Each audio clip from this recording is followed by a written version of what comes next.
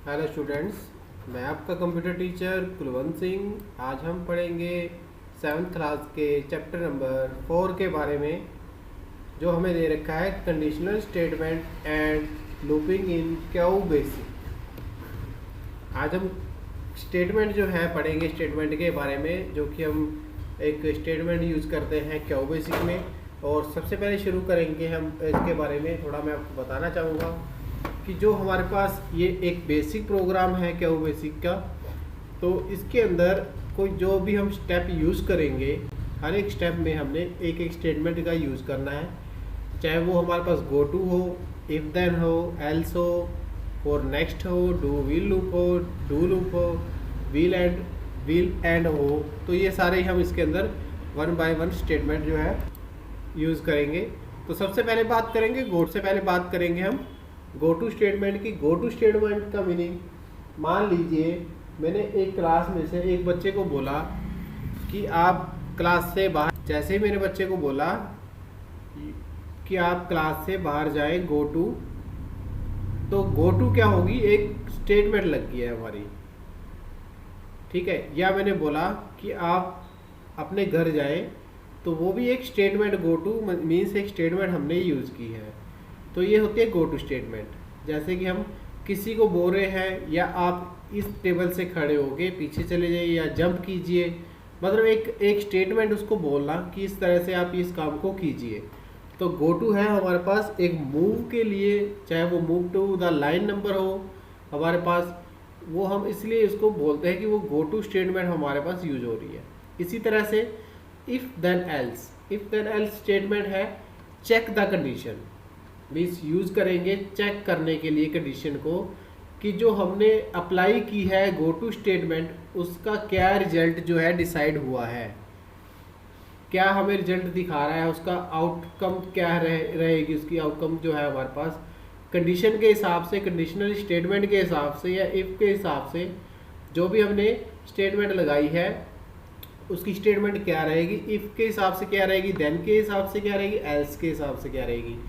If के हिसाब से इन्होंने बोला है कि आप चेक करेंगे कि जो आपने कंडीशन यूज़ की है। देन के हिसाब से इन्होंने बताया कि आप स्टेप बाय स्टेप इसको यूज़ करेंगे कि ये आपका प्रोग्राम जो है सही जा रहा है या नहीं जा रहा है। एल्स सेक्शन में ये बोला है कि जो आप स्टेट के हिसाब से सेटअप, जो आप स्टेप जो यूज़ कर रहे हैं उसकी कंडीशन को चेक करेंगे वो गलत है या सही है। तो इफ़ देन एल्स हमने यूज़ किया। उसके बाद हम बात करेंगे इसके अंदर, अभी मैं आपको स्क्रीन पे भी आपको ये चीज़ें दिखा रहा हूँ। आप देखिए ये स्क्रीन पे भी मैंने आपको ये सारी चीज़ें आपको बता रहा हूँ। ये स्क्रीन है हमारी, मैं आपसे स्क्रीन शेयर कर रहा हूँ, और यहाँ पे भी सेम प्रोसीजर हमारा यूज हो रहा है। यहाँ पे देखिए आप, हमने अब जो है यूजिंग लूप्स किया है। जो हमने पहले 2 स्टेटमेंट पढ़ी है, आपने बुक में सभी ने ध्यान से उसको देखना है, जो हमने बुक में से आपको बताया गया है, जिस स्टेटमेंट के बारे में बताया गया उसको सभी ने ध्यान से देखना है उसके बारे में। अब बात करेंगे यूजिंग लूप की। तो यहाँ पे हमने जो है यूजिंग लूप जो है एक प्रोग्राम के लिए यूज़ किया है, उसकी परफॉर्मिंग के लिए यूज़ किया है, जॉब के लिए यूज़ किया है उसको हमने। आप जो भी लूप होंगे हमारे, चाहे वो फॉर नेक्स्ट लूप हो, डू लूप हो, डू विल लूप हो, डू लूप विल लूप हो, तो विल एंड हो, तो ये सारे लूप हम इसके अंदर अभी यूज़ करेंगे, पढ़ेंगे। तो बात करेंगे नेक्स्ट लूप की, फॉर नेक्स्ट लूप। हमने फॉर नेक्स्ट लूप यूज़ किया है। फॉर नेक्स्ट लूप जो होता है वो हम देखते हैं कि इसको कितने टाइम तक हम लूप को रिपीटेड कर सकते हैं। नेक्स्ट लूप जो होता है हमारे पास, वो हम देखते हैं इंक्रीमेंट और डिक्रीमेंट के लिए। मतलब अभी मैं पढ़ के बता रहा हूँ आपको। A for next loop is used when you actually how many time the loop has to be repeated. A for statement is placed as the beginning of a loop and next at its end। अब आगे हमने statement बताई है कि यहाँ पे आपको एक इंटीरियर वैल्यू दे रखी होगी i, और टू फाइनल वैल्यू दे रखी होगी सेटअप की, जिसके अंदर आपको इंक्रीमेंट और डिक्रीमेंट दोनों निकालने हैं। आप देख पा रहे हैं यहाँ पे ये हमें वैल्यू दे रखी है। इस तरह से हमने इसकी इंक्रीमेंट और डिक्रीमेंट की वैल्यू को निकालना है।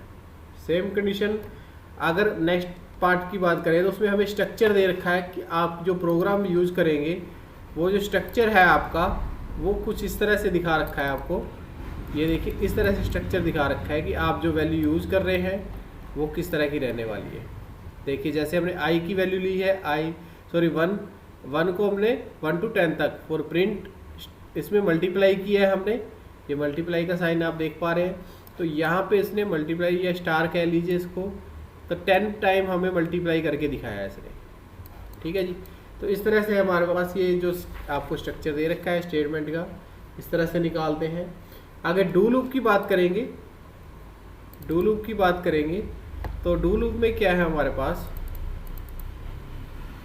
आगे अगर हम डू लूप की बात करें तो डू लूप में देखिए आपको do loop repeat the statement present in its loop body depending upon the given condition which is placed इधर आफ्टर डू, और ब्रैकेट में दे रखा है at the entry bracket close, और आफ्टर लूप में दे रखा है एट द एग्जिट।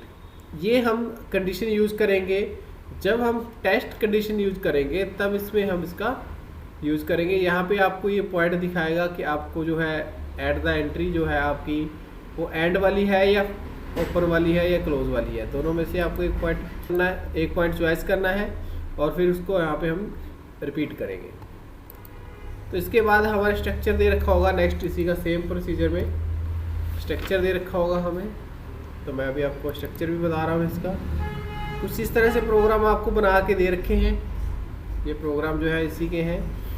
तो अगर इसकी बात करें डू लूप, ये सारी स्टेटमेंट है, सारे स्ट्रक्चर इस तरह से हमें प्रोग्राम के लिए बनाकर दे रखे हैं। हर एक टाइम में अलग अलग स्ट्रक्चर हमें बना के दे रखा होगा, चाहे वो नेस्टिंग लूप का हो और नेस्टिंग फॉर लूप, सभी में अगर हम बात करें इस तरह से स्ट्रक्चर जो है हमें बनाकर दे रखे हैं सभी में, चाहे वो आप नेस्टिंग लूप यूज़ कर रहे हैं, व्हील एंड लूप यूज़ कर रहे हैं। तो ये एक प्रोग्रामिंग लैंग्वेज है, मैं सभी को फिर से रिपीट कर रहा हूँ, ये एक प्रोग्रामिंग लैंग्वेज है जो कि आपको बिना प्रैक्टिकली समझ में नहीं आएगी। जैसे हम मैथमेटिक का फॉर्मूला निकालते हैं सेम प्रोसीजर है, लेकिन वो हम आपको मैंने जैसे पीछे स्ट्रक्चर बताया कि हमने एक स्टार को 10 टाइम मल्टीप्लाई किया 1 to 10, तो उसी तरह से वो उसकी वैल्यू दिखाएगा। अगर 4 टाइम मल्टीप्लाई करेंगे तो 4 टाइम दिखाएगा। ठीक है, एक स्टेटमेंट हम यूज़ कर रहे हैं, ये सभी की सभी हमारे पास जो स्टेटमेंट है वो यूज़ कर रहे हैं। और जब भी आप इसका प्रोग्राम करेंगे, जब भी आप इसको कंप्यूटर में आप रन करेंगे, तो कुछ इस तरह से इसका प्रोग्राम आता है हमारे पास रन करने के लिए। क्लियर है सभी को? तो ये हमारे पास अभी हमने क्यू बेसिक की बात की है, जिसके अंदर हमने हर एक टाइप में स्ट्रक्चर को पढ़ा है। इसके अंदर आप देख रहे हैं file, edit, view, search, run, review, options, ये सारे के सारे हम इसका यूज़ करते हैं। प्रोग्राम रन करना है तो रन के लिए हम रन पे क्लिक कर सकते हैं, अदरवाइज़ कोई शॉर्टकट की होती है इनकी, वो भी आप इसका यूज़ कर सकते हैं। तो ये सारी स्टेटमेंट हमने अभी पढ़ी है। इस स्टेटमेंट में आपने जितने स्ट्रक्चर और स्टेटमेंट हमने पढ़ी, नेक्स्ट लूप हो, डू व्हिल हो, सारी की सारी स्टेटमेंट जो है, आप जैसे प्रोग्राम मल्टीप्लाई करेंगे या आप इसको प्लस में करेंगे, एडिशनल जो भी आप जैसे भी इसका प्रोग्राम करना चाहें, 2 नंबर का सम भी कर सकते हैं, मल्टीप्लाई भी कर सकते हैं, उसको डिवाइड भी कर सकते हैं, और ए और बी की वैल्यू को भी निकाल सकते हैं आप लोग। उसी तरह से हम इसका यूज़ करते हैं। तो ये वीडियो को हम करते हैं एंड। अगर किसी को कुछ समझ में नहीं आया हो, कुछ पूछना हो, तो आप मुझे पर्सनली मैसेज करके इसके बारे में पूछ सकते हैं।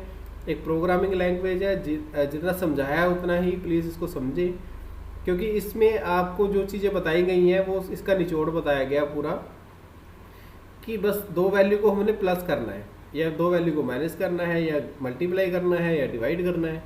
सिर्फ इतनी बात को आपको लेके चलना है अभी। ठीक है, तो क्लास वीडियो को करते हैं एंड मिलेंगे नेक्स्ट वीडियो में नेक्स्ट चैप्टर के साथ। Thank you.